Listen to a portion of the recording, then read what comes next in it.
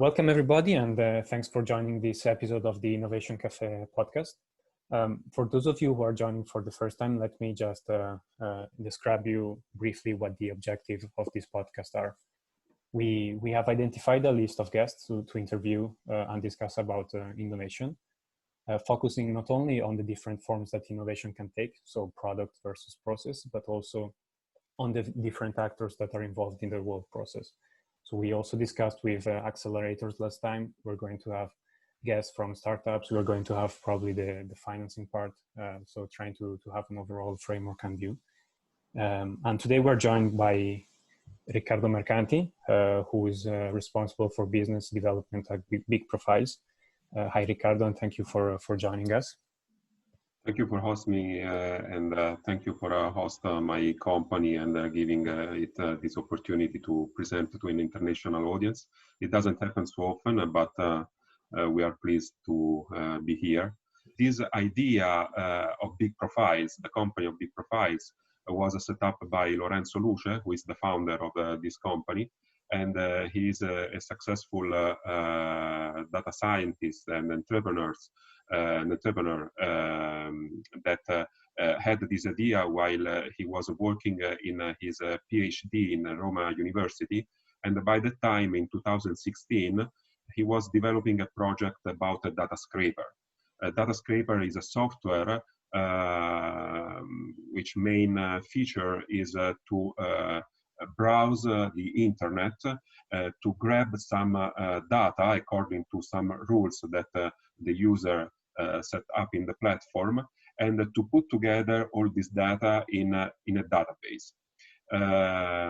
This was the original idea. By working in this project, Lorenzo, the founder, realized that there are a lot of data on the web, but also in other external sources that are not directly accessible online, but they can be bought or somehow accessed by a subscription.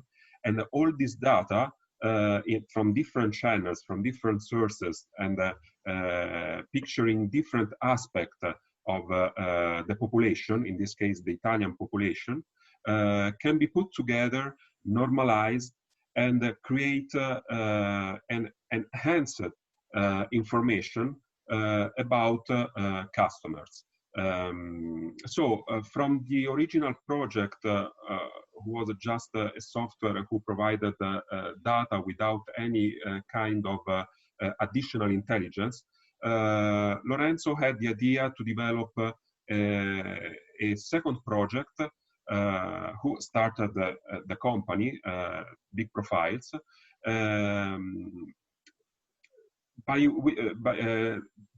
Thanks to this project, this data were started to use to create a profile of the people.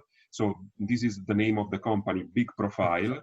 And the aim was to give this data and to give the intelligence of this data to big companies who have a lot of customers.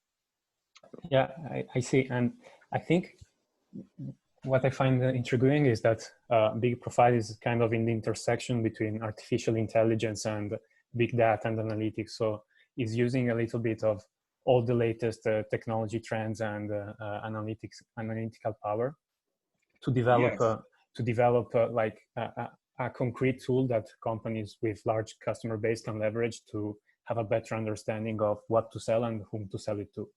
So yes, and the artificial intelligence part started to be developed in the second step, in the second evolution of Big Profiles, because the second biggest product that now we are investing basically all our resources, use this data of people profiling to develop an artificial intelligence platform that predicts the likelihood of a certain behavior of the customer. And by certain behavior, 90% of the times, I mean a purchasing prediction. So we have created a platform specifically conceived for clients who have large clients, the same clients that I was talking before, but clients who have also a customer care department, inside or outside, also outsourced. Indeed, now in this moment, one of the main customers that we are having for this kind of artificial intelligence platform are the so-called BPO, business process outsourcing. In other words, are companies that outsource different activities from these out of these big companies, but the most important for us is the call center, the contact center. So this company has rely on these contact centers outsourced, but at the same time, most of them have also their contact center in-house, and they take care about different activities because the contact center is divided in outbound and inbound. Usually the outbound part is the part who is in charge of marketing campaigns, and the inbound is the part who is in charge of customer service, so for assisting the clients for their requests. Our platform helps these companies or these contact center departments to increase their efficiency, to increase the revenues when, of course, we talk about marketing campaign, or to decrease the operational cost if we are talking about the customer service activity. Basically, your product is a platform that is accessible by also the end users. Do you integrate this platform with the CRM? How does it work, this kind of integration with the CRM? Basically, you are taking the data of the customer, but you are integrating as well with other information data that you personally collect, or you normally take all the data that are coming from like the CRM of the customer? Good question. Let's say, in theory, our technology is ready to be fully integrated with any sort of a CRM platform because we have built our own API. Okay. And we can process each contact in real time. So this is also the reason why we can apply this technology also to the inbound contact that for some reasons enter in the customer care, and we can process real time, and we can be fully integrated with the other data that are provided by the CRM. You know, I think everybody knows that when someone is calling a contact center, it is identified initially by his number. But then if you have other interaction with the contact center, of course, the CRM system starts to add information about you. So after the first call, the first contact, maybe the contact center, you know your name, he knows where you live, and some other information during the process. We can be fully integrated with this system. It happens now in reality that we still didn't have a customer that decided to use our API.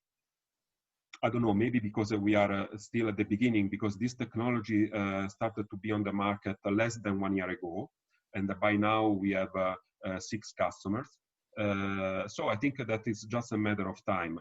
And right now the process is in batch. So our platform is used in a offline mode by uploading this list of information.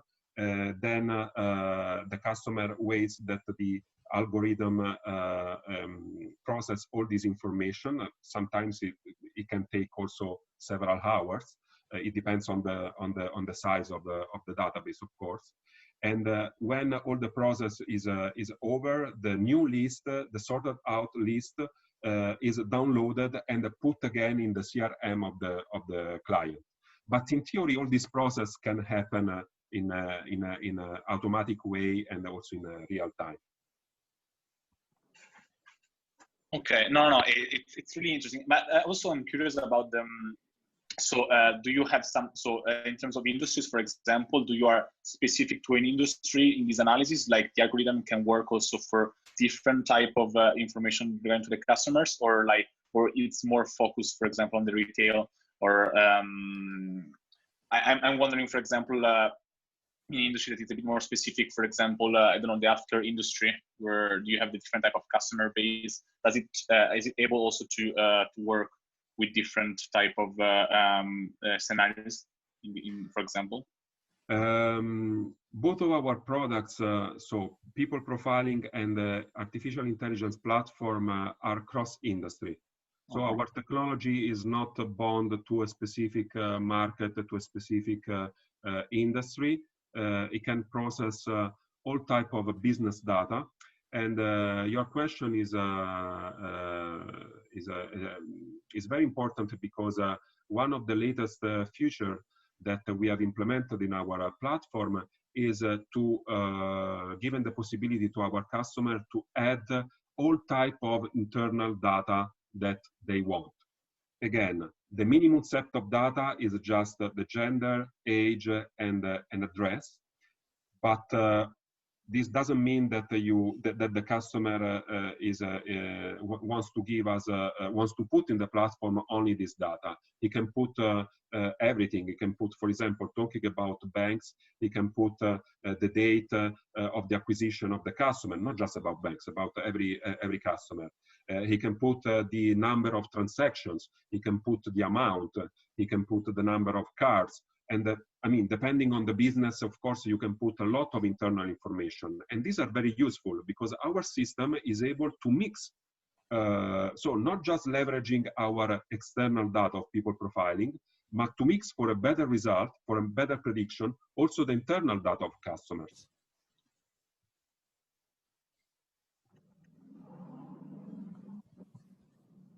I'm gonna, so basically, thanks to the opportunity and the possibility to leverage different, to work on different industries, you are like, you have big opportunities to grow over time, and they've been growing like across all these industries. And how has growth affected the company internally? So moving from the product side that we've described so far, how is growth, so fast growth, I guess, is affecting the company internally? Is the culture changing? And is it leveraging? You mean my company? Yes, exactly. So basically, you're growing fast, I guess, in these 5 years of history. And how have you seen the company change over time? So is like the number of people is affecting how people interact with each other?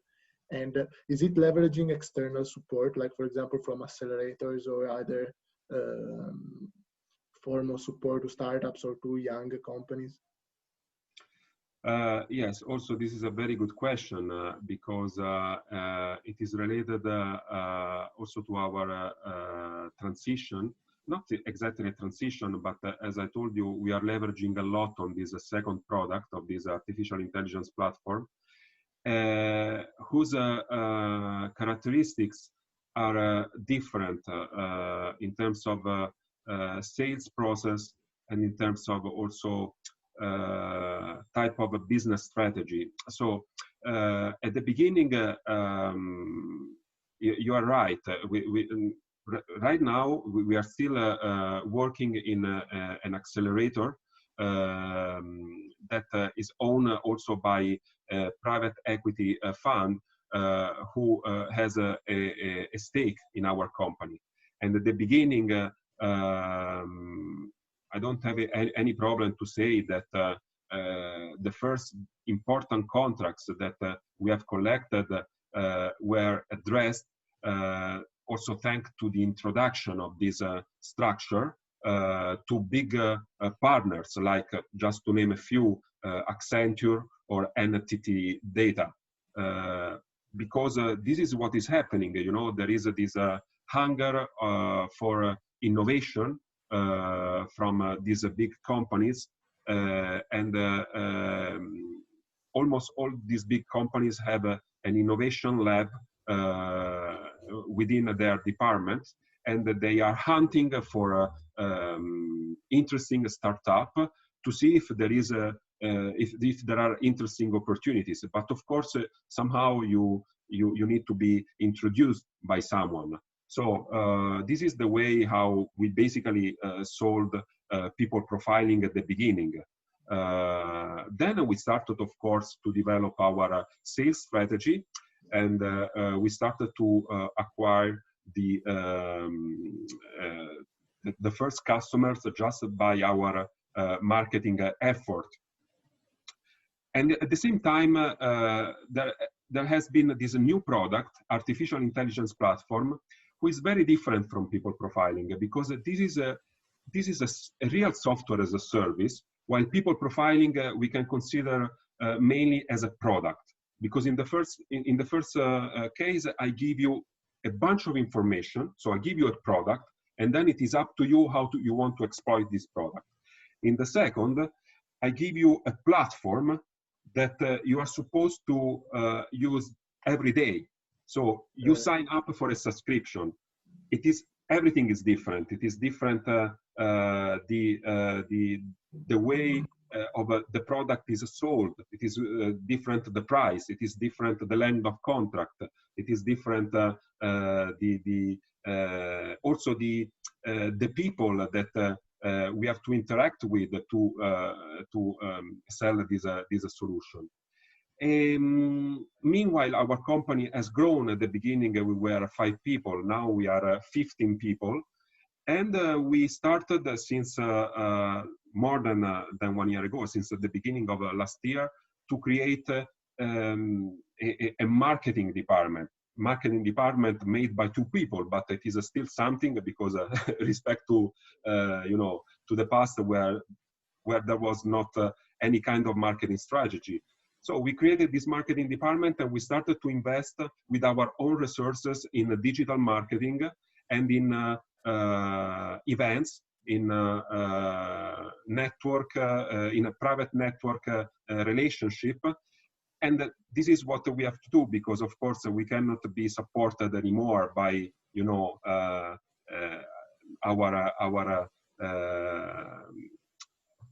our investors or the company. Yes, we have to go to the forest to hunt by ourselves, and this is what we are doing. So this was to answer to your question, the main transformation that we have in the last 2 years. So most of the support was on the selling part and the relationship part, let's say also marketing, rather than on the technical part, which was internal, I guess, since the beginning. Yes, since the beginning. That's the company, that's the core business. So that's what we do, that's what you do. So you have to do it internally. You cannot have like somebody supporting on that directly, at least. No, we develop everything internally. Okay, clear. Okay, thank you, Riccardo. I would like to start the Q&A part. We received some questions from the audience, especially in our group WhatsApp. So one question that is coming, it's basically asking to you, what do you think is the most important part between the idea and the team in the success of your company? So from the beginning, what do you think were the most important part, and how did this change? So, and I mean, I think that they mean that so when you started the company, what defined a bit the success and a bit the nature of the company? So the initial idea or the team that you built on this, and how did it change over time? So from after these 5 years, if I'm not wrong, how if this changed or it's still the same, let's say, as the beginning? You mean the team? Yes. No. In the idea that which one is the most or the most relevant for the success or the growth of Big Profiles? Okay, sorry, because some words I've missed because the connection was not perfect. But if I have if I have correctly understood, you're asking to identify what was the most important between the original idea of the company, and then the people that were part of the team. Exactly. Which one do you think, or like has a more influence in the success or in the growth of the company? I imagine that both are quite important, but if you have to say which one gives the more importance overall. Well, yes, of course, I I would like to answer that both of them are important, because you can have a great idea, but then if you are not lucky enough to have a team of successful people, your idea is, unfortunately, it will remain an idea. And on the other side, of course, you can have a very skilled and successful professionals, but if your idea is not successful in the market for whatever reason, of course, you cannot go so far. So both of them are important. But if I have to give a different answer, in our case, I would say that the original idea was very important for me, because as I tried to explain before, basically I think that it was the good idea in the right time, because still think about 4 or 5 years ago, where maybe the hype for this innovation was even a bit bigger than maybe it is nowadays, because now, you know, if you think about 5 years ago, talking about startups, artificial intelligence was not so common like it was in the past year, in the past 2 years. So now everybody talks about artificial intelligence. Everything is artificial intelligence. Every company has to, you know, work with a startup, otherwise you are not cool.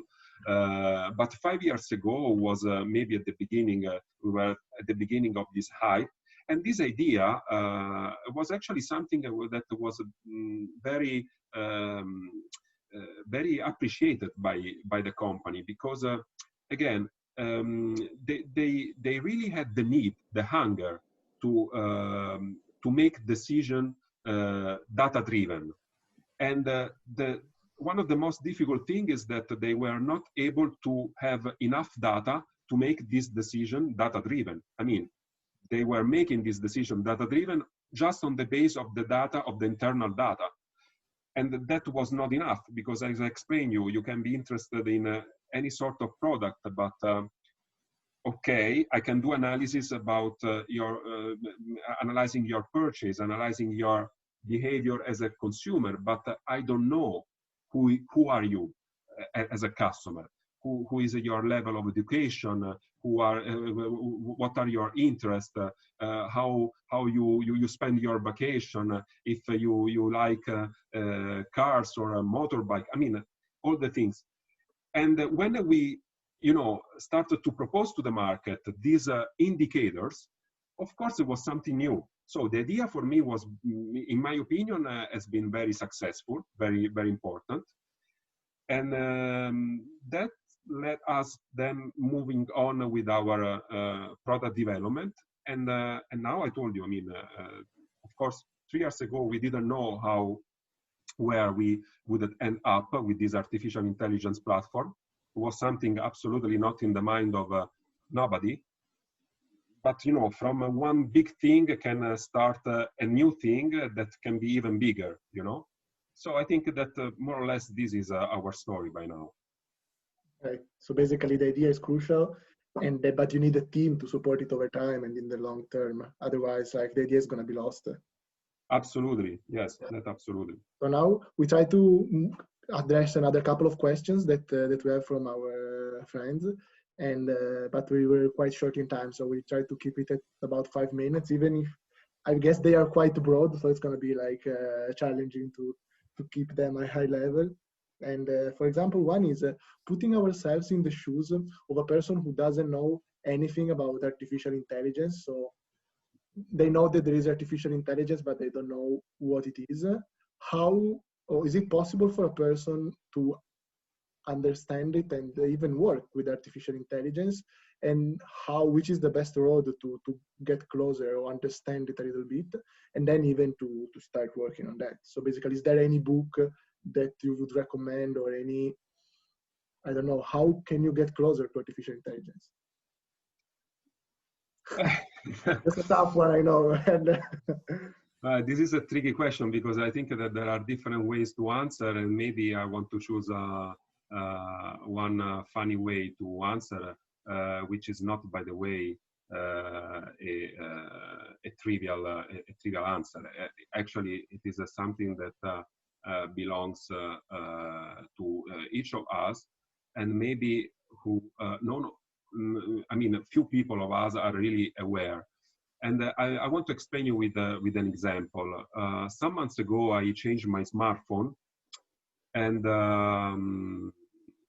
when I had to set up my accounts, I decided that I wanted to go through all the disclaimer and all the policy of Google, Microsoft, Facebook, and all the platform that each of us is using, you know. And actually, it is something very boring, but of course, I wanted to do also because it is connected to my job. So I started to read all this policy and disclaimer, and I decided that no, I don't want to give this type of information for this application. I don't want to give also this information for this application, and blah, blah. And I started to restrict a lot of things that previously I had just open, because, you know, 99% of us, when install an application, say, yes, okay, that's it. Yeah. And you don't know how many data you are giving to this company. Again, they're still the same company, because WhatsApp, Facebook, Instagram, but at the end of the day are these 4 or 5 companies, you know, they know everything about us. They also know when we go to the bathroom, okay? But then there is this gap that all the rest of the company, they don't know nothing. So I said, no, I don't want to give anything to this company, almost anything. And I started to use my new smartphone the first days at the beginning. And I started to realize that there was something that I didn't like. I didn't like. There is something strange. No, I don't like. And then I realized how important it is to give this information to these companies, because this information I used to customize the service, the behavior of the application according to our usage, according to our profile. So there is this wrong perception of privacy, of this data leak that are used for who knows what a bad intention, you know, and actually the real purpose to use our data. So I invite, when this topic arises, I invite the people to do the same experiment, maybe also with one account, with Google account. You know, when you search the things and you have the history, or maybe you type just the first 2 letters, and automatically the system, so the artificial intelligence, understand what you want to search. If you search for news, or if you search for a specific topic, there is all the records of a different type of information that are not just the search entries, but it can be also the place where you live, the place where you have been, the message that you wrote in the chat. And all of this is artificial intelligence. It's basically a system to make our lives easier, smarter, faster. And so if you want to understand what is artificial intelligence, try to, you know, ban all your information from your account, and then you see what is going to happen. That's interesting. And like I did it as well. Like I did the same experiment as well when I changed my phone, because I moved also, I changed system operator. And so I can totally understand and agree. But like you have the feeling that your smartphone is stupid. Yeah, exactly. My smartphone doesn't understand anymore what I want to do. This was the feeling that I had. I agree.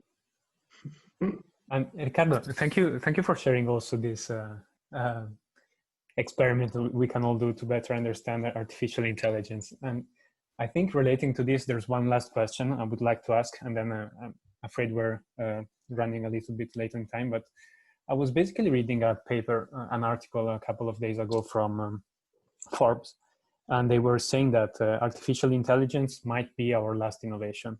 And they were basically dividing the article in 2 parts. One saying that basically artificial intelligence is that innovation that once it's out in the market, you don't need anything else, because it will keep going on by its own. So it will start regenerating and innovating by itself. And others will saying, on the other hand, that it's not the final innovation, but it's just a new starting point. So once we arrive to a moment in which all of us are using artificial intelligence, then it will become even more important to understand how it works and how this could be leveraged with companies. So I just wanted to ask, what's your view for the future? Do you believe that artificial intelligence will be our last innovation? So once you have it, you can just lay back and enjoy the journey? Or do you think that companies will like basically start to rethink how they operate and maybe understand what they need to do? I think that is just one step of the endless ongoing process of innovation and progress.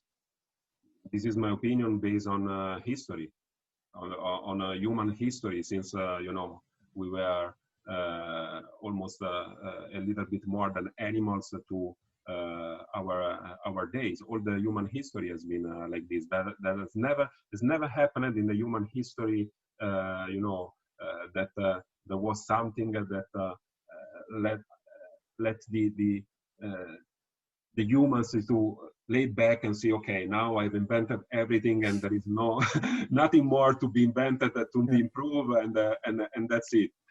No, it can be possible. So it is one of the biggest revolutions, the revolutions of these years.